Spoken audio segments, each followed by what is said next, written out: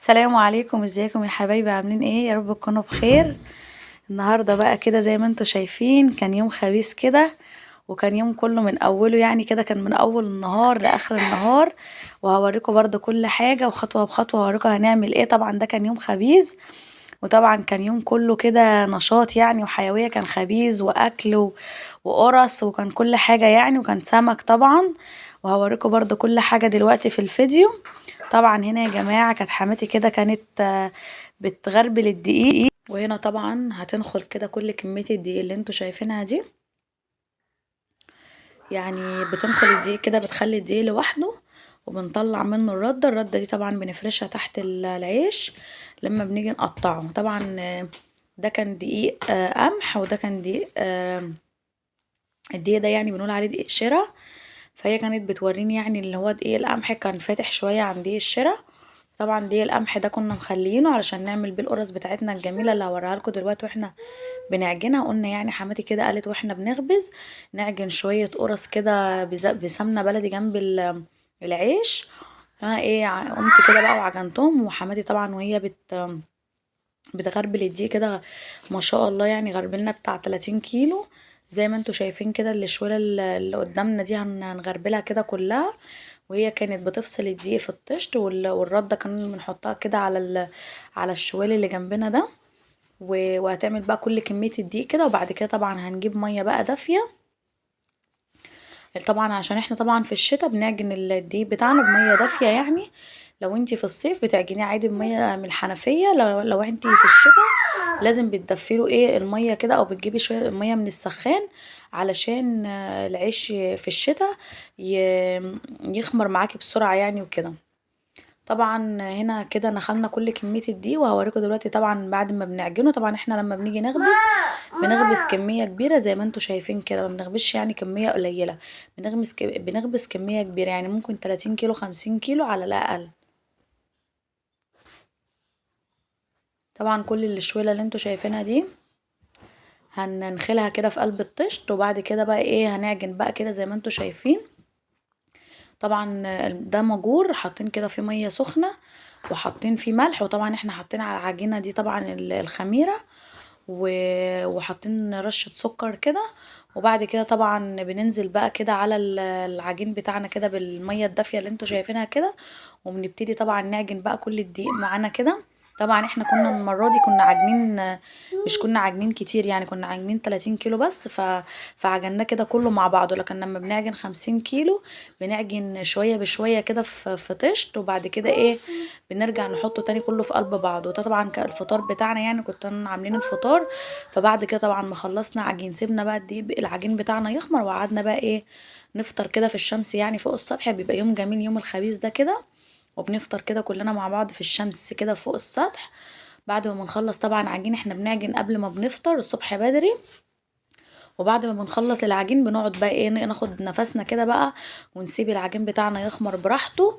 وبعد كده بقى بنقعد نسمي ونفطر. وبعد كده بقى بعد ما بنفطر ونخلص بقى ونفرش بقى كده المكان ما هنخبز والكلام ده، بنشوف بقى قد ايه العجين بتاعنا بقى اختمر ولا لا. طبعا هنا طبعا كانت حماتي طبعا بتجرب بقى العجين بعد ما عجناه.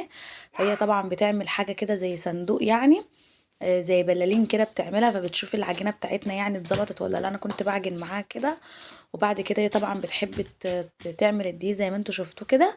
البلالين اللي هي بتعملها دي طبعا دي هي بقى بتتاكد منها اذا كانت العجينه مظبوطه او لا. يعني لو العجينه مظبوطه طبعا البالونه بتتنفخ معاكي جامد.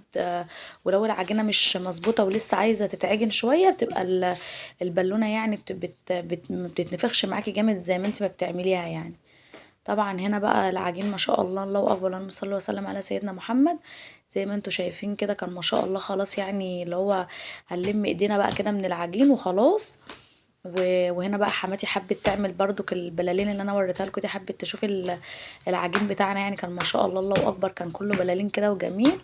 وبعد كده بقى اتشهدنا عليه وقفلنا بقى كده، وهوريكم برضو دلوقتي احنا ازاي بنقفل على العجين بتاعنا علشان يختمر حلو. عايزاكم كده وانتوا بتتفرجوا تقولوا اللهم صل وسلم على سيدنا محمد، وتذكروا الله. ويا ريت اللي اول مره يخش على القناه بتاعتي ويتفرج عليها يا ريت يعمل لي تعليق حلو كده ويشترك لي في القناة ويعمل لي كومنت حلوة كده يشجعني فيا ان انا انزل فيديوهات تاني. ولو اي حاجة انتوا عايزينها ممكن تقولي لي عليها وانا انزلها. ويا ريت محدش ينسى اللايك. وطبعا ده يا حبايبي الدقيق بتاعنا، طبعا العجينه بتاعتنا بعد ما اختمرت، هي ما كانتش لسه اختمرت قوي، فانا كنت بشوفها كده لقيتها يعني مختمره، كان فاضل سنه بسيطه وتكمل الاختمار بتاعها. وده كده طبعا بعد ما اختمرت، طبعا جبنا بطانيه كده زي ما انتوا شايفين، فرشنا عليها الرده اللي احنا كنا مطلعينها من الدقيق، طبعا بنغربلها برضو لو فيها اي حاجه، وبنوزعها كده على البطانية. وبعد كده بقى بنقطع العيش كده زي ما انتوا شايفين. ممكن عايزة تقطعيه بدقيق براحتك، او عايزة تقطعيه بزيت زي ما انت عايزة. طبعا احنا عشان في الشتاء فاحسن حاجة ان انت تقطعيه بزيت، ما تقطعوش بدقيق. لو انت في الصيف عادي ممكن تقطعيه بدقيق، لكن انت طبعا عشان في الشتاء قطعيه بزيت، عشان ايه؟ ما يقش العيش، الرغيف ما يقشفش كده من على الوش، وانت بتيجي ترحرحيه ما تلاقيهوش مقشف يعني. فطبعا افضل حاجه ان انت ايه تقطعيه بالزيت كده زي ما انتوا شايفين. طبعا هنقطع بقى كل البطانيه دي كده، وبعد ما نقطعها هنغطيها كده بمشمع وهنسيبها برضو ترتاح شويه قبل ما نولع الفرن. وبعد كده هنبتدي بقى نخبز العيش بتاعنا، وهوريكم دلوقتي برضو هنخبزه ازاي، وازاي هنوسعه كده على المطرحه. مش عايزه اقول لكم كان جميل جدا، وكان لونه ابيض كده وحلو وشكله شاهي. وده كده ما شاء الله الله اكبر العيش بتاعنا كده كله بعد ما قطعناه كده على البطانيه. وطبعا واحنا بعد سيبنا العيش كده يرتاح كده على البطانية كده، فقلنا نشوي بتنجان، يعني كنا بنحب يعني نشوي بتنجان. احنا طبعا فطرنا، وده كان برضو بايه وقت الغدا كده، فطبعا قلنا نشوي بتنجان كده، بتنجانتين كده نفطر بيهم نتغدى بيهم يعني. وده كان السمك بتاع العشاء يعني، فكنا منضفينه برضو فوق السطح، وقلينا برضو كده فوق السطح. احنا يوم الخميس ده بنحب ان احنا نعمل سمك ناكله بالعيش الطري يعني. وطبعا ده البتنجان بتاعنا، الدقة بتاعت البتنجان عبارة عن توم وطماطم وفلفل. انا دقيت كده كله في الهون مع بعض وشوية كمون وملح. وهمسك البتنجان بتاعنا اعمل له فتحات كده زي ما انتوا شايفين، وهحشيه وهحطه في الفرن يتشوي بقى كده براحته بقلب الدقة وهي فيه. ولو انتي عايزة تقوليلي بقى ان هو البتنجان ممكن الحاجات دي ممكن تنزل من البتنجان وكده، لأ مش هتنزل. لو انتي عايزة عندك ورق سلوفان ممكن تلفي البتنجانة بتاعتك في ورق سلوفان. لو انتي خايفة يعني الدقة دي ممكن تنزل من البتنجان وكده. بس هي طبعا انا حاطاه كده على ظهره مخليه الفتحات دي كده لفوق. البتنجان بتاعنا بعد ما اتشوى طلعته طبعا. وطبعا بقى ايه كملنا كده بقيت خبيز العيش، وما شاء الله الله اكبر زي ما انتوا شايفين كده العيش ابيض كده وجميل زي ما انتوا شايفين كده، ما شاء الله الله اكبر.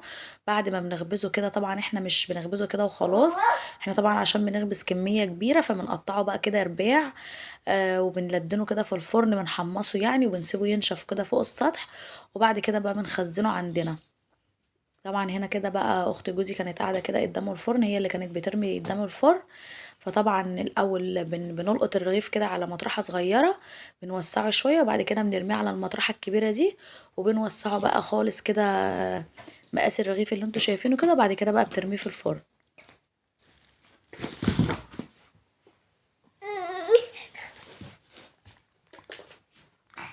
كده بقى رمينا الرغيف بتاعنا، وقطعنا بقى العيش بتاعنا كده ارباع زي ما انتوا شايفين، يعني بنقطع الرغيف 4 ارباع زي ما انتوا شايفين كده. وبعد كده بقى بنحطه في الفرن كده يتحمص وينشف، وبنفرشه بقى كده فوق السطح ينشف خالص، وبعد كده بننزله. طبعا دي بقى القرص الفلاحي بتاعتنا، مش عايزه اقول لكم بقى على طعم القرص دي. طبعا القرص بتاعتنا زي ما انتوا بقى شايفين كده، انا حطيت الدقيق، وبعد ما حطيت الدقيق حطيت عليه السمنه. سمنه طبعا بلدي، انا كنت مسيحاها حطيتها كده فوق الفرن وهو سخن. ساحت شويه، وبعد كده نزلت بقى كده بسيت الدقيق بالسمنه زي ما انتوا شايفين. هفضل كده بس كل الدقيق بالسمنه. وبعد كده طبعا هيكون مجهزه عندي بقى اللبن، وهنزل بقى كده باللبن فوق الدقيق. طبعا انا كنت نسيت احط الخميره، فحطيتها، حطيت كده الخميره، وحطيت طبعا سكر كتير. طبعا انا كنت حطيت كده حوالي بتاع نص كيلو سكر، عشان كنت عايزه القرص بتاعتي تبقى مسكره. ولو انت عايزاها القرص بتاعتك مملحه ممكن تكتري الملح عن السكر، فبراحتك. طبعا انا حطيت برضو رشه ملح صغيره، وحطيت برضو ايه، انا حطيت سكر كتير عشان كنت عايزه القرص بتاعتي تبقى مسكره. فدي السكر والملح ده حسب رغبتك انتي. طبعا انا كده حطيت السمنه، وهبس كده كل الدقيق بالسمنه بتاعتنا زي ما انتوا شايفين. وبعد كده هنزل بقى كده باللبن بتاعنا وهعجن طبعا انا عايزه العجينه بتاعتي بتاعه القرص دي تكون يابسه خالص، ما تكونش طريه، تكون يعني يابسه كده زي ما انا هوريها لكم دلوقتي علشان تطلع مورقه وجميله كده من القلب، ما تطلعش زي الفينو. انا مش عايزاها تطلع زي الفينو، انا عايزاها تطلع مورقه كده من جوه. وبجد والله جربوا القرص الفلاحي دي، مش عايزه اقول لكم كان طعمها جميل جدا. وهنا بقى كده بعد ما انا بسيت كده كل الدقيق بتاعنا بالسمنه، نزلت كده باللبن زي ما انتوا شايفين. هنزل بقى كده باللبن وهبتدي بقى كده اعجن القرص بتاعتنا لغايه ما العجينه بتاعتنا تبقى يابسه كده في ايدي. العجينه بقى بتاعتنا كده ما شاء الله الله اكبر زي ما انتوا شايفين كده كانت خلاص اتعجنت معايا، وعجنتها كويس جدا وخدمتها كده زي ما انتوا شايفين. وهسيبها بقى كده ترتاح شويه. كانت يابسه كده معايا، مش اللي هي طريه قوي ولا اي حاجه زي ما انتوا شايفين كده. هسيبها كده اغطيها كده 5 دقايق بالظبط، سبتها ترتاح بس 5 دقايق. وبعد كده هنجيبها بقى وهنقطعها كده قرص بقى كده على صينيه كبيره. وهسيبها برضو بعد ما تتقطع في الصينيه الكبيره دي، هسيبها برضو حوالي كده بتاع ربع ساعة ترتاح برضو كده ربع ساعة بعد ما تتقطع على على هيئة القرص يعني. وبعد كده بقى هنسويها في الفرن كده بعد ما قطعناها كده زي ما انتوا شايفين بالاشكال اللي معانا دي. قطعتها كده وممكن تعمليها على ايدك، مش لازم ان انت تعمليها بحاجة، تعمليها كده على شكل قرصة كده زي ما انت شايفة والحجم اللي انت عايزاه. وبعد كده سيبناها برضو ارتاحت شوية، اختمرت كده شوية بره وسويناها في الفرن. وده العيش بتاعنا يا حبايبي. طبعا احنا كان خلاص بقى بالليل جه علينا، ولدينا كل العيش كده زي ما انتوا شايفين، حمصناه يعني في الفرن ونشرناه كده فوق السطح على حصيرة كبيرة، وسيبناه بينشف فوق السطح كده مثلا لمدة يومين. وبعد كده بقى بنلمه ونحطه عندنا كده في قفص كبير، وبعد كده بقى بنبله وناكل منه. ما شاء الله يعني دي كده كل كمية العيش بتاعتنا. وما شاء الله كان محمص واحمر كده وجميل زي ما انتوا شايفين. وبعد كده بقى بعد ما خلصناه حطينا بقى القرص بتاعتنا بعد ما اختمرت كده وعليت زي ما انتوا شايفين كده، حطيناها في الفرن بقى كده تستوي. كان ما شاء الله على شكلها جميل كده والحجم بتاعها اتضاعف زي ما انتوا شايفين كده وعليت. وسبناها بقى كده استوت في الفرن، وهوريها لكم برضو دلوقتي بعد ما تطلع من الفرن. يا ريت يا ريت تشتركوا لي في القناه، قناتي اسمها ام العيال في البيت بيتي. يا ريت ما تنسوش تشتركوا لي في القناه، وما تنسوش اللايك والاشتراك في القناه، تعملي كومنت حلو كده. واللي اول مره يتفرج على القناه بتاعتي يصلي بينا على النبي ويذكر الله.